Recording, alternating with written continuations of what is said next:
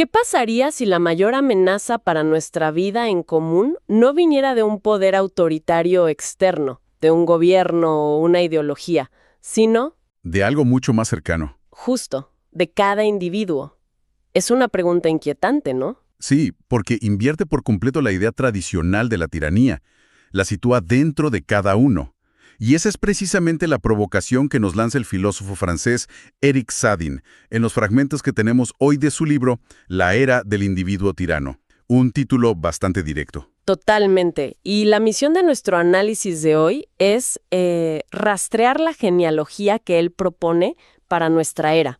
O sea, entender cómo, según su argumento, pasamos de un mundo que creía en proyectos colectivos a uno donde cada individuo se siente, bueno, el centro soberano de su propia realidad. Armado con un teléfono inteligente como si fuera un cetro, como él dice. Exacto. Bueno, vamos a desempacar esto. Lo fascinante aquí, y creo que es importante aclararlo desde el inicio, es que Sadin se aleja de la imagen clásica del tirano. No habla de un dictador. Claro, no es una figura única. No, describe algo mucho más difuso, y por eso mismo más complejo. Lo llama un totalitarismo de la multitud. No es una imposición desde arriba, sino la suma de millones de voluntades individuales que sin coordinarse acaban erosionando el espacio común. Y como bien dices, es una genealogía. Él no cree que esto haya aparecido de la nada. Para nada. Es el resultado de una cadena de transformaciones políticas, económicas y sobre todo tecnológicas. Un proceso que se ha acumulado durante más de medio siglo. Pues vayamos entonces a ese punto de partida. Sadin nos sitúa en un escenario casi cinematográfico, las ruinas de la Europa de la posguerra. Es el año cero del que habla Rossellini. Exacto. Pero entre los escombros, él identifica una energía muy particular. Una energía de reconstrucción.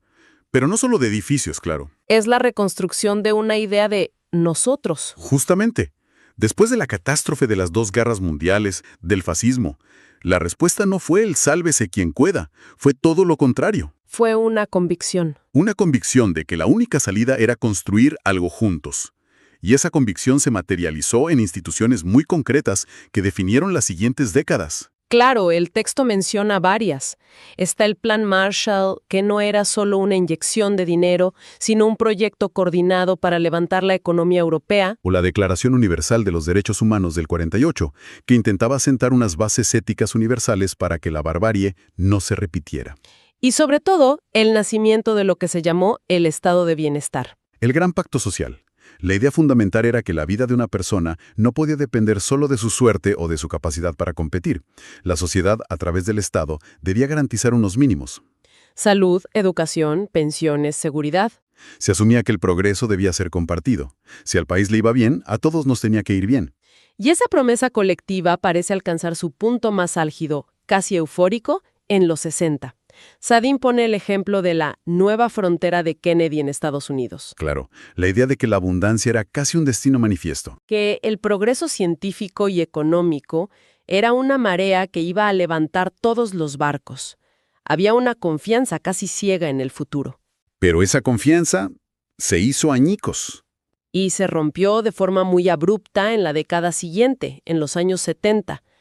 El libro describe esta década como el momento de la crisis de la desconfianza. De repente, la máquina del progreso parecía griparse. La crisis del petróleo del 73 dispara la inflación, el desempleo empieza a ser un problema estructural en Occidente por primera vez en décadas, y esa sensación de un futuro garantizado se desvanece. Se instala una perplejidad general. El texto lo llama un primer uppercut a la conciencia colectiva. Y es un golpe que, según Sadin, fractura la relación de confianza entre los ciudadanos y las instituciones que supuestamente debían protegerlos. Es que los gobiernos parecían no tener respuestas.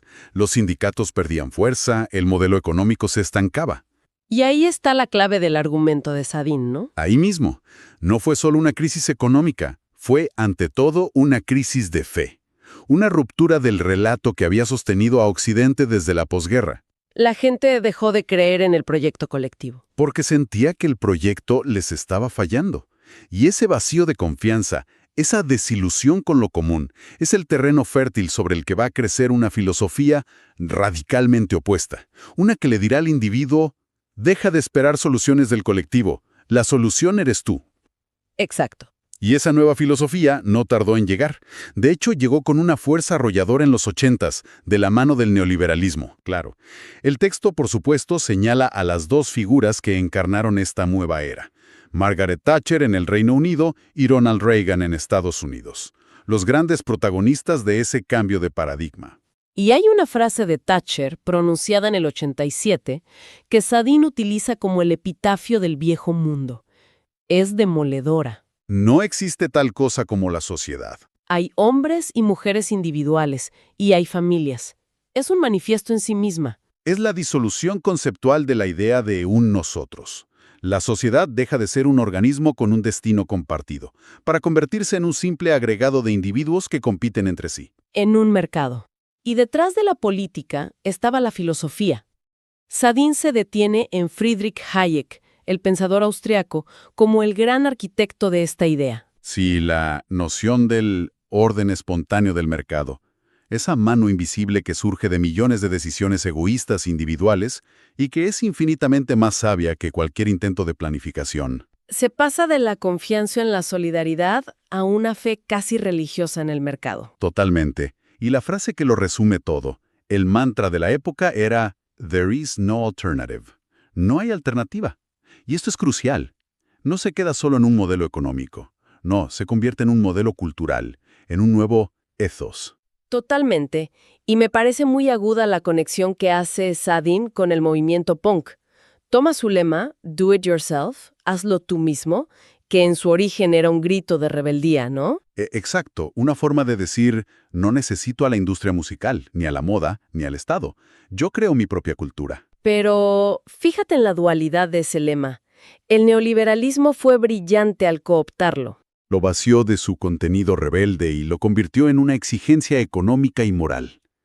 Ya no era puedes hacerlo tú mismo como un acto de liberación. Sino tienes que hacerlo tú mismo. Porque nadie más va a venir a ayudarte. La responsabilidad del éxito o el fracaso se privatiza por completo. Tu vida se convierte en tu propio proyecto empresarial. Y tú eres el CEO, el director de marketing y el único empleado. Tienes que gestionarte, venderte. Construir tu marca personal. Y el fracaso ya no es un problema social, como el desempleo, sino un fracaso personal, una falta de iniciativa o de resiliencia. Si conectamos esto con el panorama general, vemos una sustitución de promesas. La promesa del estado de bienestar, la de la seguridad colectiva. Es reemplazada por la promesa de la realización personal a través del esfuerzo individual y el éxito en el mercado. Es una promesa muy seductora porque apela a la libertad, a la autonomía.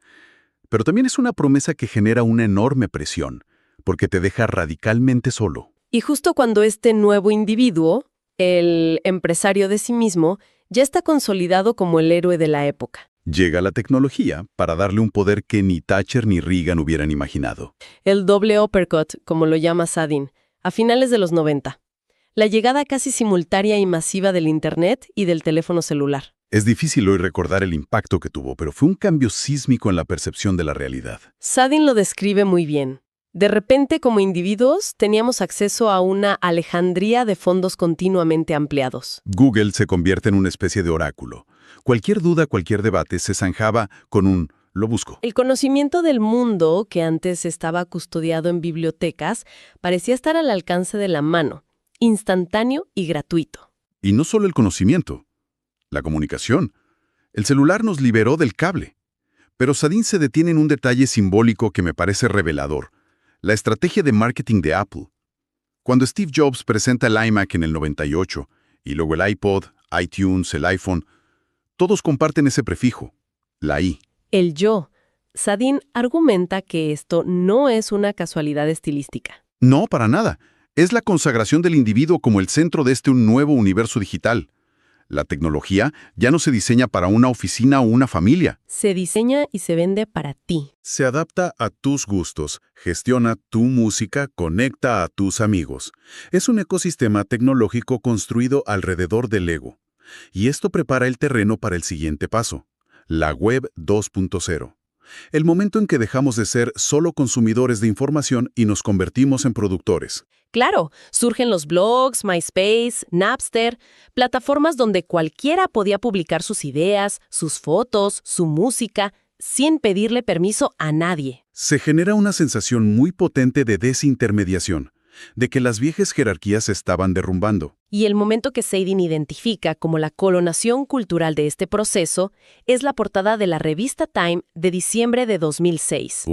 Una de esas portadas que marcan una época. Nombran como persona del año no a un líder mundial o a un magnate, Sino a usted. You.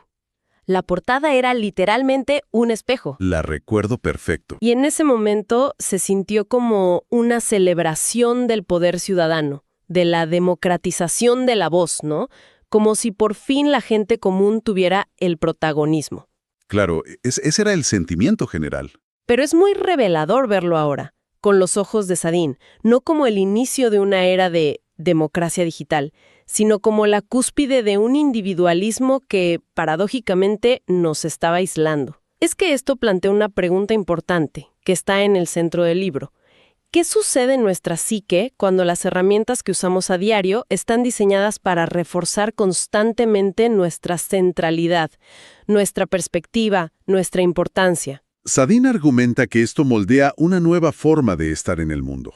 Y la apoteosis de este proceso, el dispositivo que lo condensa todo, llega un año después, en 2007. El iPhone, la llegada del smartphone. Y aquí la descripción de Sadin es potentísima. No lo llama herramienta, ni dispositivo. Lo llama un cetro de vidrio y metal. ¡Un cetro!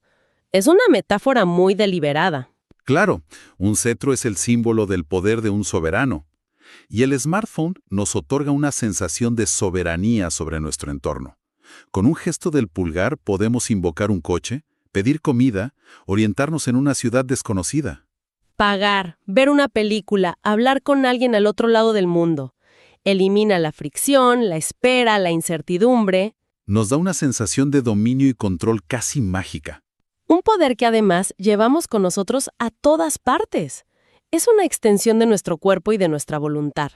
Me hace pensar en la ansiedad casi física que sentimos cuando se nos olvida el teléfono. Tal cual. Quizá no es que nos falte un aparato, es que sentimos que nos han quitado nuestro centro de control, nuestro cetro, exacto.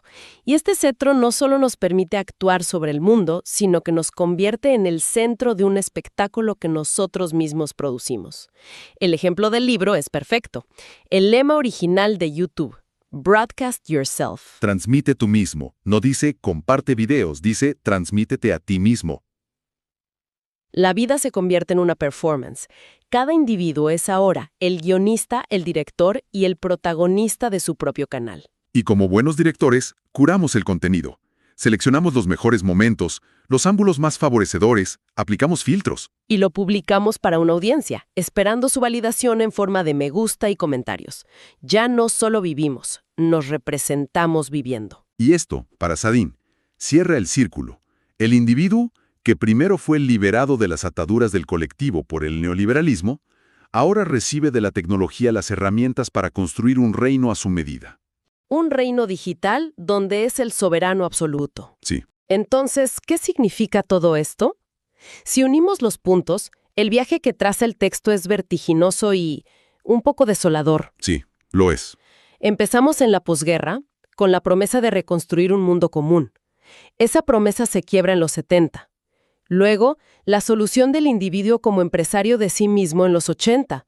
Y finalmente, la revolución digital que le entrega a ese individuo el cetro para consagrarse rey. Es una síntesis perfecta del argumento. Cada uno de esos pasos, según Sadin, nos ha llevado a un punto en el que el yo, mis opiniones, mis sentimientos, mi perspectiva, se ha convertido en la principal y a veces la única unidad de medida de la realidad. Lo que yo siento es la verdad. Lo que a mí me ofende debe ser prohibido. Mi interpretación del mundo es la única válida. Y es ahí donde el subtítulo del libro El fin de un mundo común cobra todo su sentido. Es tanto una descripción como una advertencia. Precisamente. Esa es la provocación final del texto. La tecnología nos ha dado un poder sin precedentes para personalizar nuestra realidad, para crear filtros y burbujas, para conectar solo con quienes piensan como nosotros y silenciar a quienes disienten. Nos ha hecho soberanos de nuestro pequeño reino digital. Donde nuestras creencias se ven constantemente reafirmadas, y Sadin nos deja con una reflexión para pensar, una pregunta que flota sobre todo su análisis. ¿Cuál sería? Si cada individuo se convierte en el tirano de su propia esfera, gobernando un reino hecho a su medida y protegido de cualquier cosa que lo contradiga, ¿qué queda del espacio compartido? De ese terreno común, a menudo incómodo, que es el único lugar donde podemos debatir, disentir y en última instancia construir algo juntos. ¿Cuál es el precio que estamos pagando por esta soberanía individual?